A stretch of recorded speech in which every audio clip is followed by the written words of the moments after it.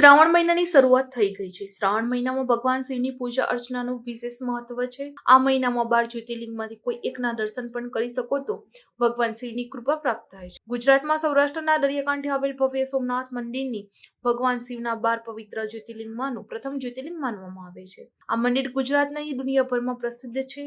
સદીઓ જૂના આ મંદિરને ધ્વસ્ત કરવા અનેક પ્રયાસ કરાયા છતાં આજે પણ અડીખમ છે। ગુજરાતના સૌરાષ્ટ્ર વિસ્તારમાં આવેલ સોમનાથ મંદિરનો ઉલ્લેખ ઋગ્વેદમાં પણ કરવામાં આવ્યો। શાસ્ત્ર પુરાણમાં પણ સોમનાથ મંદિરને 12 જ્યોતિર્લિંગમાંથી શિવનું પ્રથમ જ્યોતિર્લિંગ હોવાનો ઉલ્લેખ કરાયો છે।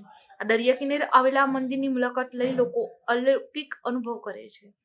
મંદિરની પાછળના ભાગમાં ઉગતો સૂર્ય અને આથમતા સૂર્યનું દ્રશ્ય જોવું એ એક અવર્ણનીય અનુભવ રહ્યું છે।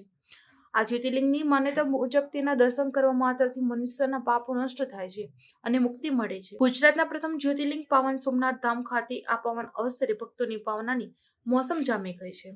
વહેલી સવારે 5:30 કલાકે મંદિરના પવિત્ર કપાટ ભક્તો માટે ખોલવામાં આવ્યા હતા। બમ બમ બોલી અને જય સોમનાથના નાદથી સમગ્ર મંદિર પરિસર ગુંજી ઉઠ્યું હતું। હાલ ગુજરાતમાં શ્રાવણ માસનો પહેલો દિવસ છે, જ્યારે દેશના અનેક રાજ્યોમાં શ્રાવણ માસ 15 દિવસ પહેલાથી શરૂ થઈ ચૂક્યો છે। તેમ છતાં અહીંના ભક્તોમાં અનોખો ઉમંગ અને શ્રદ્ધાનો ધબકારો જોવા મળે છે।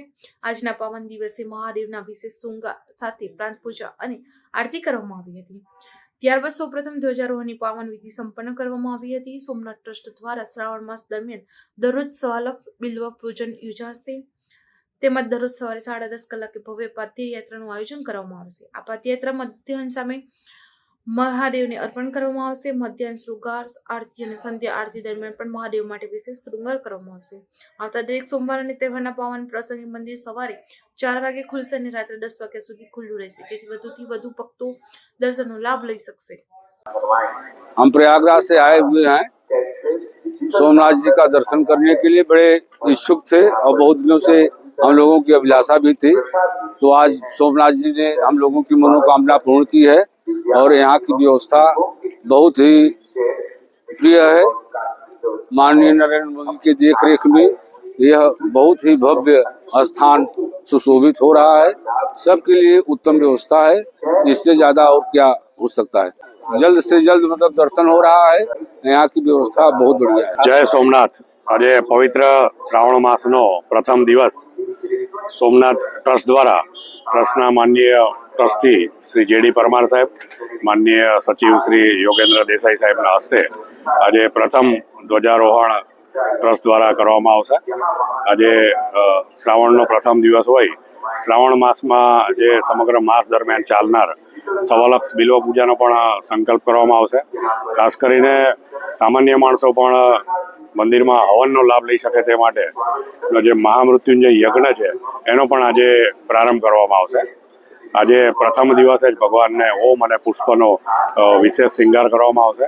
श्रावणना 30 दिवस भगवान ने अलग अलग और विविध श्रृंगारो करवामां आवशे। माરું નામ ગોદાવરીબેન। બહુ દર્શન સારા થયા, બહુ આનંદ આવ્યો। કોઈ ભીડ નહીં, કોઈ ધક્કાધુક્કી નહીં, બહુ દર્શન થયા। ટ્રસ્ટ બહુ સારો છે। સોમનાથ મહાદેવ આવી મેર કરે બધા ઉપર। કોઈ લાઈનમાં નથી ઉભો પડો। સામેથી આવ્યા વ્હીલચેર વાળા, સામે વ્હીલચેર છે, માજી બેસો। કોઈ જાતનો કાંઈ નહીં, નહીં કોઈ જાતના નહીં, પૈસા નહીં। સામે આવ્યા, હાલો માજી આમાં બેસો, સામે તમુરીઓમાં ગાડી પડી છે, એમાં બેસી જાઓ। બધાને એમ કહીએ કે બધાને આવી રીતે આ બેસજો ને આવી રીતે બધાને બોલજો એમ। आज जैसे अलग अलग प्रांतों में अलग अलग श्रावण मास को माना जाता है, तो जो लोग पूर्णिमा से पूर्णिमा को मानते हैं वो लोग का जो श्रावण मास है वो 15 दिन पहले शुरू होता है, यानी गुरु पूर्णिमा से। और जो अमावस्या से अमावस्या का जो मानते हैं मंथ को, उस हिसाब से आज से ये श्रावण मास शुरू हुआ है। श्रावण मास की महिमा तो अखाध लिखी हुई है शास्त्रों में। तो आज हमारे सोमनाथ प्रथम ज्योतिर्लिंग में आज श्रावण मास के निमित्त सबसे पहले भगवान की महापूजा ब्राह्मणों द्वारा संपन्न हुई।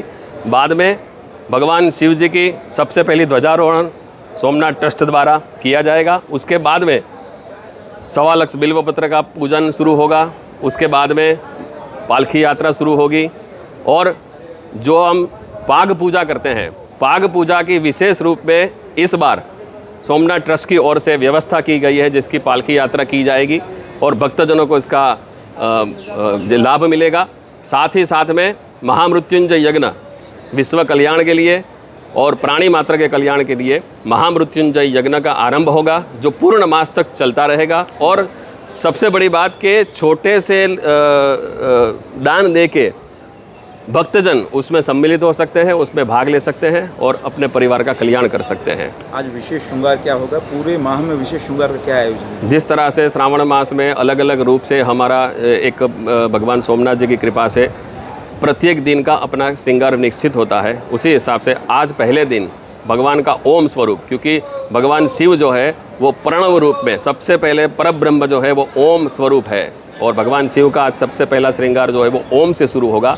और ऐसे प्रतिदिन अलग अलग बिल्वपत्र श्रृंगार, रुद्राक्ष श्रृंगार, ऐसे बहुत सारे प्रकार के श्रृंगार निश्चित है, जो आप सब भक्तों के लिए, दर्शन के लिए भगवान सोमनाथ जी की कृपा से सबको प्राप्त होंगे।